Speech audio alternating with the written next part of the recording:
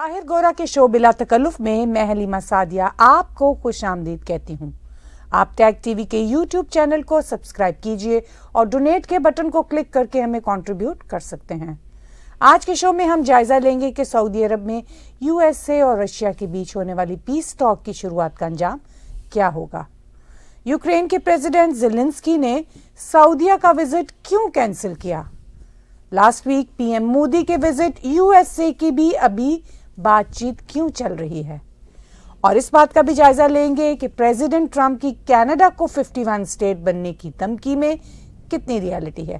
تو چلیے ان سب باتوں پر گفتگو کرنے کے لیے ہم چلتے ہیں طاہر گورا صاحب کے پاس، تو بات چیت کی آغاز کرتے ہیں۔ سعودی عرب میں یو ایس اے اور رشیا کے بیچ ہونے والی پیس ٹاک سے یوکرین کا کہنا ہے کہ ہمیں کیوں نہیں بلایا، تو پہلے تو یہ بتائیے کہ یوکرین کو کیوں نہیں بلایا گیا؟ دیکھیے، یوکرین کو اس لیے نہیں بلایا گیا جو میں سمجھ سکتا ہوں کہ یوکرین اور روس کی یعنی رشیا کی آپس میں بہت جسے کہتے ہیں نا مطلب جنگ چل رہی ہے، اور اس جنگ کے ماحول میں پاسبل نہیں ہے کہ پیس ٹاک کی شروعات میں ایک دم سے ان دونوں کو بلا دیا جائے، کیونکہ دیکھیے جب کوئی بھی شدید لڑائی ہوگی، بیچ میں کوئی میڈیشن کرنے والا بیٹھا ہوا ہے، جیسے امریکہ بیٹھا ہوا ہے اور سعودی عرب اس کو ہوسٹ کر رہا ہے، تو وہ اتنی زیادہ کشیدگی ہے کہ آپ پہلی ملاقات میں ایک دم سے جو مخالف پارٹی ہیں ان کو نہیں بیٹھا سکتے۔ ہوتا یہی ہے کہ مطلب آپ پرسنل لیول کی میڈیشن دیکھ لیجئے، فیملی کی ایشوز پہ میڈیشن دیکھ لیجئے، یا نیشنز کی میڈیشن دیکھ لیجئے۔ اگر اتنے سخت کشیدہ حالات ہوں تو سب سے پہلے ایک پارٹی کے ساتھ میڈیٹر پہلے الگ سے بیٹھ کے بات کرتا ہے، اور پھر دوسری پارٹی کے ساتھ الگ سے بات کرتا ہے، دونوں کا پوائنٹ آف ویو میڈیٹر سنتا ہے، اور پھر اس کو سمجھ آتی ہے کہ بھئی اس کا یہ ہے گلا شکوہ، اس کی یہ ڈیمانڈز ہیں، دوسرے کا یہ گلا شکوہ، یہ ڈیمانڈ ہے، پھر اس کو وہ سمجھ کے میڈیشن کرنے والے لوگ پھر دونوں پارٹیوں کو آپس میں بلاتے ہیں اور پھر بات چیت چلتی ہے۔ اب روس کے یو ایس کے ساتھ ابھی اس مسئلہ پہ بات چیت سعودی عرب میں شروع ہوئی ہے، اور بات چیت شروع ہونے سے پہلے یوکرین کے پریزیڈنٹ نے یہ کہنا شروع کر دیا جی ہمیں نہیں بلایا تو بات کیسے آگے چلے گی۔ بھائی ابھی یہ بات چیت شروع ہوئی ہے، ایسا نہیں ہے کہ یہ بات چیت آج شروع ہوئی ہے تو آج ہی ختم ہو جانی ہے، اس کا سلوشن نکل آنا ہے۔ پہلے امریکنز اور سعودیز سمجھیں گے کہ بھائی روس کہاں پہ کھڑا ہے اور اس کو کیسے کنونس کیا جا سکتا ہے، پھر وہ ایک الگ سے میٹنگ ان کے ساتھ بھی کریں گے آگے چل کے۔ ضروری نہیں کہ اگلی میٹنگ ان کے ساتھ ہوگی، پہلے تو کچھ میٹنگ مجھے یوں لگتا ہے کہ روس کے ساتھ ہی امریکہ کی اور سعودیز کی ہوں گی، in order to convince Russians, in order to understand them۔ پھر اس کے بعد وہ یوکرین کے ساتھ بیٹھیں گے، پھر ان کو یوکرین کو روس کو ساتھ بٹھائیں گے، تاکہ جب ٹیمپریچر کول ڈاؤن ہو سکے دونوں طرف سے، وہ تبھی کول ڈاؤن ہوگا کہ پہلے امریکنز کچھ میٹنگز رشین کے ساتھ کریں، ہوسٹ کر رہا ہے سعودی عرب، پھر یوکرینین کے ساتھ کریں، پھر اس کے بعد وہ آن بورڈ لیں یورپینز کو بھی، کیونکہ وہ بھی اس میں ایک سٹیک ہولڈرز ہیں۔ بائی دا وے آپ کینیڈینز بھی کہہ رہے ہیں کہ ہم نے بھی پیسے دیے، ہمیں بھی بیچ میں بٹھائیں۔ ہر یہ کتنے بڑے سٹیک ہولڈر ہیں یہ تو بعد میں پتہ چلے گا، ان کے تو اپنے امریکہ کے ساتھ ایشوز چل رہے ہیں۔ اس سے ہٹ کے اب ساری سچویشن یہ ہے کہ اب یوکرین کا یہ شور مچانا جی کہ ہمیں نہیں بٹھایا تو ہم نہیں مانتے، بھائی اس میں ماننے یا نہ ماننے والی بات نہیں ہے، ابھی تو بات چیت شروع ہوئی ہے۔ ابھی تو امریکہ اور روس کے اپنے کئی ایشوز ہیں، ان کی ایمبیسیز کے ایشوز ہیں جو فنکشنل نہیں ہیں فلی، نہ رشین ایمبیسیز فلی فنکشنل ہیں یا کونسلیٹ امریکہ میں، نہ امریکہ کی ایمبیسی فلی فنکشنل ہے یو ایس رشیا میں، تو اس پہ بھی ان کی بات چیت ہوگی، اور بھی دنیا کے بہت میٹر ہیں اس پہ بھی دونوں کی بات چیت ہوگی۔ مگر یوکرین آف کورس یوکرین روس کی جنگ بنیادی مسئلہ ہے، پیس ٹاک یا سیز فائر وٹ ایور، تو اس پہ ابھی بات چیت شروع ہوئی ہے۔ روس کو کے ساتھ اب یوکرین کو اور یورپین یونین کو سمجھنا ہوگا کہ بھائی ابھی بات چیت کی شروعات ہیں، تو ابھی سے شور ڈالنا خام خواہ کا وہ کوئی معنی نہیں رکھتا. مجھے یوں لگتا ہے کہ یہ شور اس لیے بھی ڈال رہے ہیں کہ یہ بتانا چاہتے ہیں کہ ہماری اس میں کوئی ہار نہیں ہو رہی، چونکہ یوکرینین اور یورپین ایبسولوٹلی جنگ میں ہار رہے ہیں روس سے. تو اب وہ اپنے جو آپٹکس ہیں وہ اور برے نہیں بنانا چاہتے، وہ شور ڈال رہے ہیں ہمیں بھی رکھو ہمیں بھی رکھو.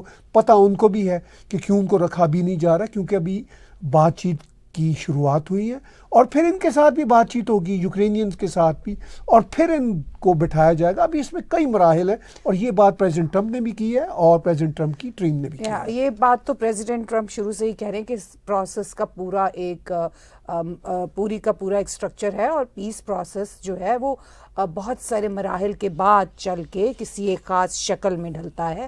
شروع کا پروسیس اسی طرح چلتا ہے. تو چلیے یہ تو حقیقت ہوگی کہ پیس ٹاک کامیاب نہیں ہو سکتی جب تک یوکرین اور یورپین یونین پیس ٹاک کی میز پر نہ بیٹھیں. کیا ان پیس ٹاک کا کوئی نتیجہ بھی نکل سکتا ہے؟ یعنی اگر وہ پارٹیز جیسا کہ آپ کہہ رہے ہیں کہ ابھی پروسیس جو ہے وہ شروع ہوا ہے اس میں، تو پھر اس کی کیا پاسبلٹی ہے کہ یہ اس کا کیا آگے آپ دیکھتے ہیں اس کا؟ دیکھیے یہ پیس ٹاک جو شروع ہوئی ہے اس کا نتیجہ تو الٹیمیٹلی کچھ نہ کچھ نکلنا ہے، بیکاز یہ دنیا کا اتنا سینسٹیو گمبھیر مسئلہ ہے کہ اگر اس کا مسئلے کا کوئی حل نہیں نکلنا، کوئی پازیٹیو نتیجہ نہیں نکلنا، کم از کم پاسبل جو اس کا نتیجہ ہے وہ الٹیمیٹلی سیز فائر تو ہوگا، پھر اس کے بعد فردر پیس کی بات ہوگی. وہ ایک لمبا پروسیس ہے، تو اس کا نتیجہ تو نکلنا ہی نکلنا ہے. یعنی فردر پیس سے آپ کی مراد یہ ہے کہ جو وہ کنسٹرکشن کچھ وہاں پہ لائف کی نارمل لائف کی نارمیلٹیز وہ بہت بات کی باتیں ہیں. اصل پیس کیا ہے؟ پیس یہ ہے کہ یوکرین یہ کہہ رہا ہے کہ ہمیں یہ گارنٹی ملے کہ ہمارے اوپر روس کا کوئی فردر حملہ نہیں ہوگا. لائف کی جو نارمیلسی ہے وہ بہت بات کی باتیں ہیں. پہلا مسئلہ تو یہ ہے سیز فائر ہو، جنگ بند ہو. دوسرا مرحلہ یہ ہے کہ پیس کی کوئی راہ نکلے. تو یہ جو پیس ٹاک جس کو کہا جا رہا ہے ابھی شروع ہوئی ہے، ان کا نتیجہ ڈیفینیٹلی کچھ نکلنا ہے. اس کا انجام بہرحال پیس کی صورت میں ہی آنا ہے. اس کے بعد یوکرین کیسے اپنے آپ کو ری بلڈ کرتا ہے، رشیا کیسے مسائل سے نکلتا ہے، یہ ان کے انٹرنل مسائل ہیں. اس وقت بنیادی طور پر یوکرین کو یہ گارنٹی چاہیے کہ روس اس پہ دوبارہ حملہ نہیں کرے گا. یہ گارنٹی کوئی راتوں رات نہیں ملے گی. پہلا جو مرحلہ ہے وہ سیز فائر کا ہے جو بہت امپورٹنٹ ہے، اور وہ سیز فائر اب کیا جلدی ہوتا ہے یا بہت سارے ٹاک راؤنڈز جو ہوں گے، کیا اس کے بعد پریزیڈنٹ ٹرمپ کی اور پریزیڈنٹ پوتن کی ملاقات ہوتی ہے، اس کے بعد سیز فائر ہوتا ہے، یہ تو آنے والے دنوں میں پتہ چلے گا. لیکن ابھی اس کے کئی راؤنڈز ہونے ہیں اور یہ ممکن ہے کہ یہ راؤنڈز بہت تیزی سے ہوں. پریزیڈنٹ ٹرمپ کی پریزیڈنٹ پوتن کی فون پہ بہت زیادہ باتیں ہوں، آلریڈی ان کی فون پہ کافی باتیں ہو رہی ہیں، باتیں ہوں. اسی طرح کے ڈیلیگیٹس، ہائی لیول ڈیلیگیٹ، یہ بڑی ہائی لیول ڈیلیگیٹ کی پہلی میٹنگ تھی جس میں یو ایس کے بھی سیکرٹری اسٹیٹ تھے جو فارن منسٹر ہوتے ہیں یو ایس کے، اور ادھر رشیا کے بھی فارن منسٹر تھے لیوروو، وہ بھی بڑے انفلوئنشل آدمی ہیں اور فارن منسٹر ہیں، پریزیڈنٹ پوتن کے بہت قریبی سمجھے جاتے ہیں. تو اس ساری صورتحال میں میں یہ سمجھتا ہوں کہ یہ جو پیس ٹاک ہے یہ آگے اس کو ابھی جانا ہے، اور اس کا پہلا مرحلہ جو مجھے لگتا ہے وہ سیز فائر کی شکل میں ہوگا. سیز فائر کے بعد ان کے بہت زیادہ مسئلے ہیں، جیسے نیٹو میں شامل کرنا ہے یوکرین کو یا نہیں. اس پہ امریکہ آلریڈی کہہ چکا ہے کہ یہ ریالٹی نہیں ہے. پھر جو علاقے جس پہ قبضہ کیا ہوا ہے 20% آلموسٹ علاقوں پہ قبضہ کیا ہوا ہے، اس پہ بات چیت ہوگی. تو ابھی تو دیکھیے یہ جو میٹنگ ہوئی ہے اس میں امریکہ کی طرف سے مارکو روبیو ہیں جو ان کے اسٹیٹ سیکرٹری ہیں، مائک والٹز ہیں جو ان کے نیشنل سیکیورٹی ایڈوائزر ہیں، اسٹیو وٹکاف ہیں جو آلریڈی یہ بات چیت کر رہے ہیں.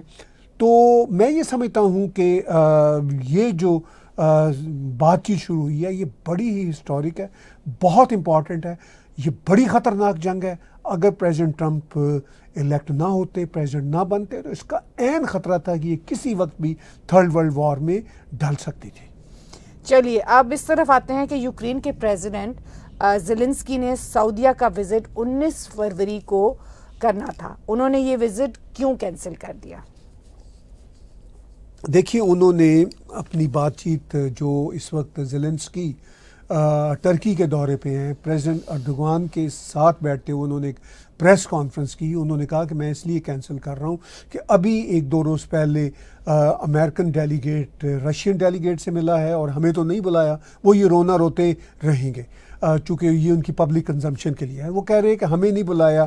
اب وہ کہہ رہے ہیں کہ میرا آلریڈی یو ایس کا اسکیجول وزٹ تھا جو 19 فروری کو طے تھا، لیکن میں نے اس لیے کینسل کیا کہ ابھی 1 روز پہلے ہی تو امریکہ میں ان کی میٹنگ ہوئی ہے، سعودی عرب میں میٹنگ ہوئی ہے امریکہ کی اور رشیا کی. تو وہ کہہ رہے ہیں کہ اس سے یہ امپریشن بنے گا کہ شاید میں اب اس میں سعودی عرب کے پاس جا رہا ہوں اس مسئلہ پہ بات چیت کرنے کے لیے، حالانکہ ان کا جو اسکیجول وزٹ ہے وہ تو سعودی عرب کے ساتھ اور باتیں کرنا تھا، بائی لیٹرل بھی، اور اس میں بھی یہ بات زیر بحث آنی تھی بیکاز اگر یوکرین کے پریزیڈنٹ جہاں کہیں بھی جائیں گے وہ اپنی جنگ کی بات تو کریں گے، وہ تو نیچرل ہے.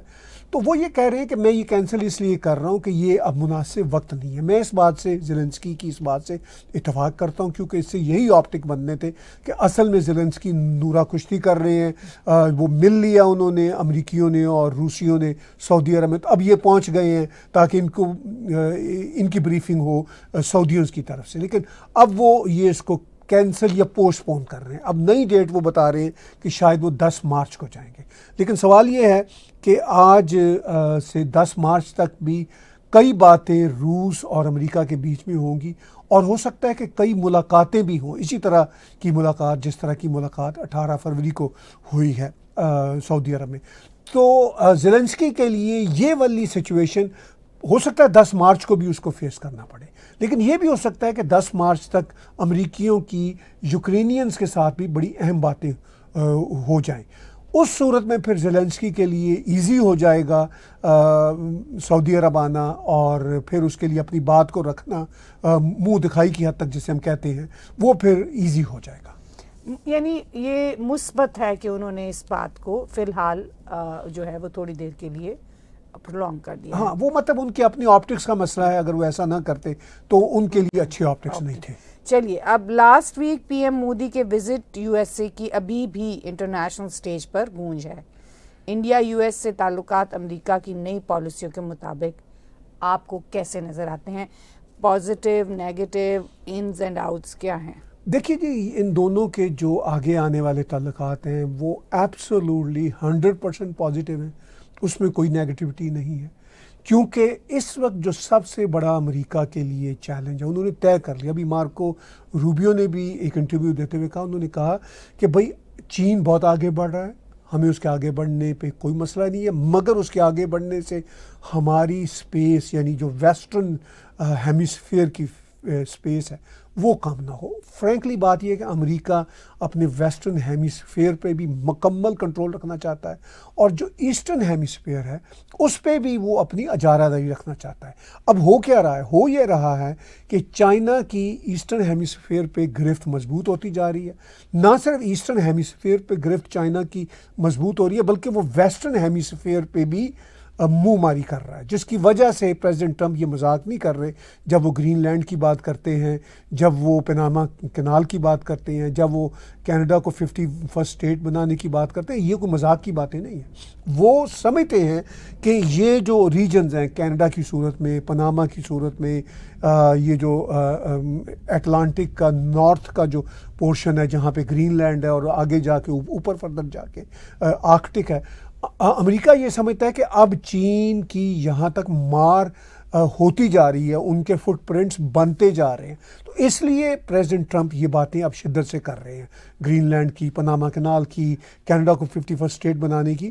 تو اس ساری صورتحال میں اگر امریکہ کا کوئی پارٹنر ہو سکتا ہے ایسٹ ہیمیسفیئر میں بھی اور ویسٹرن میں بھی ان کی مدد کر سکتا ہے تو وہ انڈیا ہی ہے، کیونکہ انڈو پیسیفک کا معاملہ بہت امپورٹنٹ ہے امریکہ کے لیے. اب اگر ویسٹرن یعنی یورپین یونین کے دیش اس حقیقت کو ٹھیک سے نہ سمجھ رہے ہوں، کچھ سمجھتے ہیں دیش، کچھ کی وہاں پہ چونکہ لبرل سرکاریں ہیں جو اب جلدی چلی جائیں گی، بیکاز امریکہ میں پھر سی ڈی یو والے آ جائیں گے، کنزرویٹو والے آ جائیں گے، وہاں پہ اے ایف ڈی بھی ان کے اچھے آگے آنے والے دنوں میں الیکشن ابھی 5 دن بعد ہے تو ان کی اچھی سیٹیں آ جائیں گی. تو اس کے بعد جرمنی کافی تبدیل ہوگا. لنڈن آلریڈی لبرل اگرچہ سرکار ہے مگر وہ ان کے پرائم منسٹر پریزیڈنٹ ٹرمپ سے ملنے کے لیے 2-3 دن میں پہنچ رہے ہیں، تو ان سے بھی اہم بات چیت ہوگی. فرانس میں بھی کافی تبدیلیاں آ رہی ہیں. تو اس ساری صورتحال میں اب سچویشن یہ ہے کہ انڈیا کی جو امپورٹنس ہے، اب ورلڈ سٹیج پہ انڈیا کا ذکر بہت ہو رہا ہے. ہر ٹی وی چینل ذکر کر رہا ہے، ہر ٹی وی چینل کھل کے کہہ رہا ہے کہ بھئی بات یہ ہے کہ انڈیا کا تو اب رول پریزیڈنٹ ٹرمپ مان رہے ہیں، ہمیں بھی ماننا پڑے گا، اور انڈیا کی جو گونج ہے وہ کافی زوردار ہے. یعنی چینجنگ رول آف انڈیا ہے. اور اس کے ساتھ ساتھ ہمیں یہ بات نہیں بھولنی چاہیے کہ پریزیڈنٹ ٹرمپ کی کچھ ریپوٹیشن اس طرح بن گئی ہے کہ ان کی باتوں کو لوگ ہمیشہ ڈیپلی سوچتے ہیں کہ ایسا ہوگا یا نہیں ہوگا، لیکن whatever he says he means it. چلیے آخر میں اس بات کا جائزہ آخر سے ذرا تھوڑا پہلے ہی کر لیتے ہیں کہ پریزیڈنٹ ٹرمپ کی کینیڈا کو 51 اسٹیٹ بننے کی دھمکی، یہ اگین وہی ریلیٹڈ وہی اسی سے چلتا ہوا سوال ہے کہ جو پریزیڈنٹ ٹرمپ بار بار اور اب تو اس کو ایک سیریس اس کے طور پہ کیا جا رہا ہے ڈسکس. تو آپ اس پہ تھوڑی سی فردر روشنی ڈالیے کہ اس کے کیا ins and out, pros and cons ہیں اور کیا پاسبلٹیز ہیں. دیکھیے پہلے تو ہم بھی اس کو ایک ریٹرک ہی سمجھ رہے تھے، اس کو مذاق سمجھ رہے تھے. ریسنٹلی پرائم منسٹر ٹروڈو کی ایک لیکڈ آڈیو سامنے آئی ہے. اس لیکڈ آڈیو کے مطابق پرائم منسٹر ٹروڈو نے کہا ہے کہ پریزیڈنٹ ٹرمپ جو کچھ کہہ رہے ہیں یہ مذاق نہیں ہے، وہ واقعی ہی اس میں سیریس ہیں اور وہ اس کو ریالٹی بنانا چاہتے ہیں. یہ بڑی فکر مند قسم کی آڈیو لیک آئی ہے پرائم منسٹر ٹروڈو کی ابھی کچھ دن پہلے. اس سے یہ اندازہ ہوتا ہے کہ پریزیڈنٹ ٹرمپ واقعی سیریس ہے. کیوں سیریس ہے؟ ابھی میں نے پیچھے ایک اشارہ کیا تھا کہ گرین لینڈ کی وہ بات کر رہے ہیں، وہ بات کر رہے ہیں پناما کنال کی، وہ بات کر رہے ہیں گلف آف میکسیکو کا نام تو انہوں نے اپنی حد تک گلف آف امریکہ بنا ہی دیا، چینج کر دیا، اور پھر وہ سیکیورٹی کی باتیں کر رہے ہیں. پریزیڈنٹ ٹرمپ یہ صرف ان کا کوئی پرسنل مسئلہ نہیں ہے، وہ پوری جو امریکن ایڈمنسٹریشن ہے، صرف میگا والے لوگ نہیں ہیں. میں اب یہ سمجھنے پہ مجبور ہوا ہوں کہ یہ امریکن پینٹاگون، ان کے پالیسی میکرز بھی یہ سمجھ رہے ہیں کہ بھئی سچویشن یہ ہے کہ کینیڈا اپنی سیکیورٹی میں اتنا ایفیشینٹ نہیں ہے. چائنا کے فٹ پرنٹس اس علاقے میں ویسٹرن ہیمیسفیئر میں جو بھی میں پیچھے بات کر رہا تھا بڑھتے چلے جا رہے ہیں، اور پھر اسی جنگ کی وجہ سے، روس یوکرین کی جنگ کی وجہ سے روس چائنا کا پارٹنر بن چکا ہے. وہ یہ جنگ جو ختم کرانا چاہتے ہیں، ایک تو یہ ہے کہ اس جنگ میں امریکہ کا پیسہ لگا، یورپ کا پیسہ لگا اور ان کو ناکامی ہوئی ہے.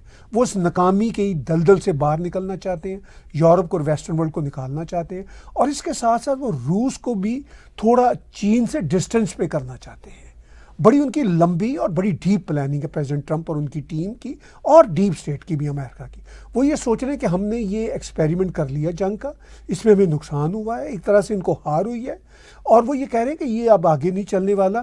اور اس جنگ کے چکر میں روس فردر قریب ہو گیا چائنا کے، اور ان کے لیے مسئلہ ہو جائے گا آرکٹک میں بھی، یہاں پہ پیسیفک میں بھی، اور اٹلانٹک میں بھی. تو وہ اس لیے یہ جنگ ختم کر رہے ہیں. مجھے سب سے اچھی بات جو لگتی ہے وہ testing the water and testing the nerves, that how long and how far anybody could go, because it's a very crucial time of the world right now جس کے اندر کے نیک ٹو نیک ٹائز کے ساتھ لوگ چل رہے ہیں. ایک بھی قدم ادھر سے ادھر یا ایک بھی قدم غلط جو ہے وہ کسی کی ہار یا جیت میں تبدیل ہو سکتا ہے. اور جہاں تک کینیڈا کا سوال ہے، کینیڈا تو ہمیشہ سے امریکہ کے بہت زیادہ، کیونکہ ہمارا بارڈر بہت لمبا ان کے ساتھ چلتا ہے تو اس کے انفلوئنس میں بہت ہے. تو یہ کوئی بڑی عجیب بات نہیں ہے اگر وہ یہ بات کہتے ہیں تو. نہیں، یہ تو خیر چھوٹی باتیں ہیں. جو امپورٹنٹ بات ہے وہ پریزیڈنٹ ٹرمپ بار بار کہہ رہے ہیں کہ ہم کینیڈا کی سیکیورٹی میں اہم کردار ادا کر رہے ہیں. اب وہ تو $200 بلین کہہ رہے ہیں. اب پریزیڈنٹ ٹرمپ کے جو فیکٹ چیکس ہوتے ہیں، جو نمبرز ہوتے ہیں، وہ کافی ایکسیجریٹڈ ہوتے ہیں. آئی انڈرسٹینڈ اٹ، لیکن وہ اصل میں ان کا ایک اپنا سٹائل ہے. وہ بات کو بہت جیسے کہتے ہیں بارگین چپ بڑے لیول سے شروع کرتے ہیں. اب ان کا یہ کہنا ہے کہ بھئی کینیڈا کی سیکیورٹی ویک ہے، آرکٹک میں بھی، اٹلانٹک میں بھی، اور یہ الٹیمیٹلی ہمیں ہی سیف گارڈ کرنا ہوگا کینیڈا کے سارے سمندروں کو، سارے بارڈرز کو، اور ہم آلریڈی کر بھی رہے ہیں۔ تو وہ یہ فیل کرتے ہیں کہ بھئی کینیڈا کیوں نہ پھر ہمارا حصہ بن جائے، تو وہ اس کو سیریس سمجھتے ہیں۔ کیونکہ ڈائریکٹ یا انڈائریکٹ یہ اثر انداز تو ہوتا ہے نا یو ایس اے پہ بھی بہرحال۔ یہ یو ایس اے کا مسئلہ، یہ پورے ویسٹرن ہیمیسفیئر کا مسئلہ ہے، چونکہ اس میں مطلب امریکہ یہ فیل کرتا ہے کہ بھئی ویسٹرن ہیمیسفیئر کی الٹیمیٹلی، یہ صرف کینیڈا امریکہ کی بات نہیں، پورے یورپ کی، پورے ویسٹرن ہیمیسفیئر کا مسئلہ ہے، انڈو پیسیفک کا مسئلہ ہے، اٹلانٹک کا مسئلہ ہے، آرکٹک کا مسئلہ ہے۔ وہ یہ فیل کرتے ہیں کہ بھئی اب چین کے فٹ پرنٹس بڑھتے چلے جا رہے ہیں، ہمیں اس کو روکنا ہے۔ اس کو روکنے کے لیے وہ سمجھتے ہیں کہ اگر ہمیں کینیڈا کا اتنا ہی سیف گارڈ کرنا پڑنا ہے تو کیوں نہ ہم کینیڈا کو یہ پچ کریں، اس کی عوام کو، کہ آپ ہمارا حصہ بن جائیں۔ پرسنلی میں یہ سمجھتا ہوں کہ ہمیں امریکہ کا حصہ نہیں بننا چاہیے۔ یہ بات کافی انوائنگ قسم کی ہے ہم کینیڈینز کے لیے، لیکن ہم کینیڈینز کو اپنی سیکیورٹی کے معاملے میں اسی طرح اب الرٹ ہونا ہوگا جس طرح یورپ الرٹ ہونا شروع ہوا ہے، کیونکہ یورپ میں اگر کوئی پرابلم ہوا جیسے یوکرین میں ہوا ہے تو وہ ان کا بیڑا غرق ہو گیا، اور وہ سارے ملک یعنی سارے کنٹریز مل کر بھی روس سے اپنے آپ کو بچا نہیں سکتے۔ اسی طرح کینیڈا بھی کوئی اپنی سیکیورٹی میں، اپنی اکانومی میں کوئی اسٹرانگ دیش نہیں ہے، انڈیپینڈنٹ دیش نہیں ہے۔ ہم اکانومی میں بھی، ملٹری میں بھی ڈپینڈ امریکہ پہ ہی کرتے ہو۔ تو ہم امریکہ کہتے ہیں جب تمہاری اکانومی، تمہاری ملٹری سیکیورٹی ہمارے اوپر ہی ڈپینڈ کرتی ہے، تو امریکہ اب یہ کہہ رہا ہے کہ وی آر سیریس کہ تم ہمارا حصہ بن جاؤ۔ میرا خیال ہے یہ بات چیت بہت سیریس آگے چلے گی، اور کوئی اس کا بیچ کا رستہ نکلے گا۔ مجھے یوں لگتا ہے کہ ظاہر ہے ہم کینیڈینز اپنے سوورن دیش رہیں گے، مگر اپنی سیکیورٹی، اپنی اکنامکس کے معاملے میں ہمیں بہت آگے ترقی کرنا ہے، تاکہ امریکہ کو یہ شیورٹی ہو کہ ہم اس قابل ہیں کہ اپنے آپ کو اکنامیکلی اور سیکیورٹی وائز سنبھال سکیں۔ چلیے اب آخر میں اس بات پر روشنی ڈالنے کے لبرل کا نیا لیڈر کون ہوگا۔ کہا جا رہا ہے کہ مارک کارنی اگلے لیڈر بن گئے تو کنزرویٹو الیکشن ہار بھی سکتے ہیں۔ تو آپ کیا سمجھتے ہیں کہ مارک کارنی کیا اتنے اسٹرانگ کینڈیڈیٹ ہیں کہ وہ فیوچر میں جو بھی سچویشن ہے اس کو ہینڈل کر سکیں؟ دیکھیے، مارک کارنی کے لبرل پارٹی کے اگلے لیڈر بننے کا بڑا امکان ہے۔ آپ سکرین پہ دیکھ رہے ہیں، بڑی امپورٹنٹ یہ آج کا ہی ایک پول ہے جس میں بتایا گیا ہے کہ لبرل کے اب جیتنے کے چانسز، جیسے ہی مارک کارنی جیتے ہیں اگر لیڈر بن جاتے ہیں، جس کا بہت چانس ہے، 37% چلے گئے ہیں۔ آلریڈی کنزرویٹو کے 37% ہے، وہ دونوں بالکل ٹائی ہو چکے ہیں۔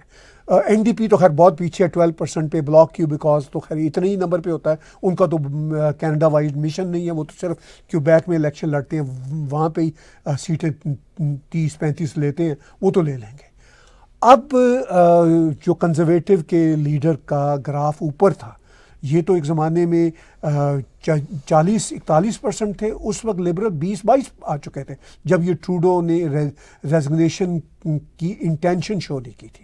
پھر جب ریزگنیشن کی انٹینشن شو کی تو کچھ لبرل کا گراف تھوڑا تھوڑا اوپر جانا شروع ہوا۔ اب مارک کارنی کے جیتنے کے امکان سے، یعنی لبرل کے پارٹی لیڈر بن جانے کے امکان سے وہ آگے چلے جائیں گے۔ آپ پچھلے مہینے کے دیکھیے، اس وقت لبرل 31 پہ تھے، کنزرویٹو 40 پہ تھے، این ڈی پی 12 پہ تھی۔ اب جیسا ہم نے دیکھا، کنزرویٹو 37 پہ ہیں، لبرل بھی 37 پہ ہیں، این ڈی پی 12 پہ ہے، گر گئے ہیں، اور بلاک کیوبیکاز کے بھی نمبر سامنے۔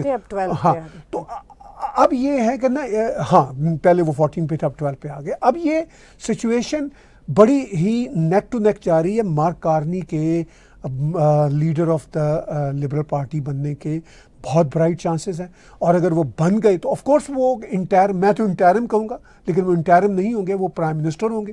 پرائم منسٹر ہوں گے تو پھر ان کو ووٹ آف کانفیڈنس لینا ہوگا۔ میرا یہ خیال ہے کہ اگر مارک کارنی بن گئے تو ہو سکتا ہے کہ ووٹ آف کانفیڈنس لینے میں وہ کامیاب ہو جائیں گے، کیونکہ این ڈی پی جگمیت سنگھ، اس کو چانس ہے کہ اس کو ووٹ آف کانفیڈنس دے دیں گے۔ پھر لبرل آ جائیں گے جب تک الیکشن کی نئی ڈیٹ نہیں آتی، یا پھر اکتوبر کا جو ایک نیچرل الیکشن کا جو ایک ٹائم لائن ہے اس میں ہوگا، تب تک کنزرویٹو اور انپاپولر ہو جائیں گے۔ اس کی وجہ یہ ہے کہ کنزرویٹو کے لیڈر جو ہیں نا، وہ کوئی بہت بڑا کرزما نہیں رکھتے۔ وہ صرف اور صرف یہ تھا کہ ایکس دا کاربن اس پہ چل رہے تھے، اس پہ بھی ان کو کوئی کرزما نہیں ان کو ملا۔ ان کا کرزما صرف یہ تھا کہ ٹروڈو ایک انتہائی لیول پہ ان پاپولر ہو چکا تھا. اس وجہ سے کنزرویٹو کے نمبرز اوپر جا رہے تھے. اب کنزرویٹوز کو سوچنا ہوگا کہ وہ کیا کوئی عقل والی بات کرتے ہیں کہ نہیں کرتے, کیونکہ کنزرویٹو بھی آلموسٹ ویسے ہی ہیں جیسے لبرلز ہیں. تو جنتا یہ سوچتی ہے کہ پھر ہم اس شخص کو ووٹ دیں جو میچور لگتا ہے. تو مارک کارنی کنزرویٹو لیڈر کے مقابلے میں کینیڈینز کو ایک میچور لیڈر لگتے ہیں. تو آپ یہ نہیں سمجھتے کہ یہ مارک کارنی کا بھی بیسیکلی ٹیسٹ ہے کہ وہ پالیٹکس میں کس حد تک اپنا لینڈ مارک چھوڑ سکتے ہیں, اپنا فٹ مارک چھوڑ سکتے ہیں, یا کس حد تک ہینڈل کر سکتے ہیں. So it will be a test for ہم آلسو. جی اس کے لیے بھی ٹیسٹ ہے, اور وہ تو ٹیسٹ ابھی وہ ابھی لیڈر نہیں بنے, مگر ان کے لیڈر بننے سے پہلے ہی وہ اپنے ٹیسٹ میں کامیاب ہو رہے ہیں, جو انہوں نے لبرل پارٹی کو 37% تک پہنچا دیا ہے. مارک کارنی ایک سیزنڈ بینکر رہے ہیں, ٹیکنوکریٹ رہے ہیں, اور وہ ایون ہارپر صاحب کے بھی بہت قریب تھے. ان کی گورنمنٹ میں بھی وہ اسٹیٹ بینک آف کینیڈا کے ہیڈ تھے, اور ہارپر صاحب نے ان کو فائنانس منسٹر بننے کی آفر کی تھی. اب چونکہ کنزرویٹو پارٹی میں ان کے لیے گنجائش نہیں تھی, آلریڈی کنزر پارٹی کا ایک لیڈر تھا, تو انہوں نے پھر لبرل پارٹی میں جانے کو ترجیح دی. ادروائز مارک کارنی ایسے شخص ہیں, اگر ان کو موقع ملتا تو وہ کنزرویٹو میں بھی جا سکتے تھے, کیونکہ وہ ایک پروفیشنل ٹیکنوکریٹ ہیں, اور ان کا جو امیج ہے, ان کی جو بات چیت ہے, ان کی جو شکل و صورت ہے اپنے جیسچر میں بھی, وہ کینیڈینز کو پیئر سے زیادہ اپیلنگ لگے گی. اور وہ اگر پارٹی کے لیڈر بنتے ہیں لبرل پارٹی کے, تو لبرل پارٹی ایک بار پھر سرکار میں آ سکتی ہے. اور سب سے امپورٹنٹ بات یہ ہے کہ ہمیں یہ دیکھنا ہے کہ فائنینس اور بزنس, ٹرمپ جو ہے امریکہ میں بھی اگر ہم دیکھیں تو وہ بزنس کے اوپر, بزنس اورینٹڈ, یعنی پالیٹکس کا اب بزنس اورینٹڈ رخ جو ہے وہ چیزوں کو بہت زیادہ چینج کر رہا ہے. یعنی ہر چیز کے اندر اکانومی بہت بڑا فیکٹر ہے. تو میرا خیال ہے کہ یہ ہم سب کے لیے بہت اچھا ایک پازیٹیو وہ ہو جائے گا سائن کہ کینیڈا کی پولیٹیکل سچویشن, اکنامک سچویشن کی وجہ سے کچھ بہتری کی طرف آئے گی. آج کے تازہ تبصروں کا بہت بہت شکریہ. آج کا بلا تکلف شو طاہر گورا اور میرے ساتھ دیکھنے کا بہت شکریہ. ہم آئندہ بھی آتے وقت میں آپ کے لیے اسی طرح کے بلا تکلف تبصرے لاتے رہیں گے. آپ ہمارے ٹیگ ٹی وی کے یوٹیوب چینل کو سبسکرائب کیجئے. ہمارے اسی چینل پر موجود ڈونیٹ کے بٹن کو دبا کر آپ پیٹریون, پے پال یا کریڈٹ کارڈ کے ذریعے ڈونیٹ کر سکتے ہیں.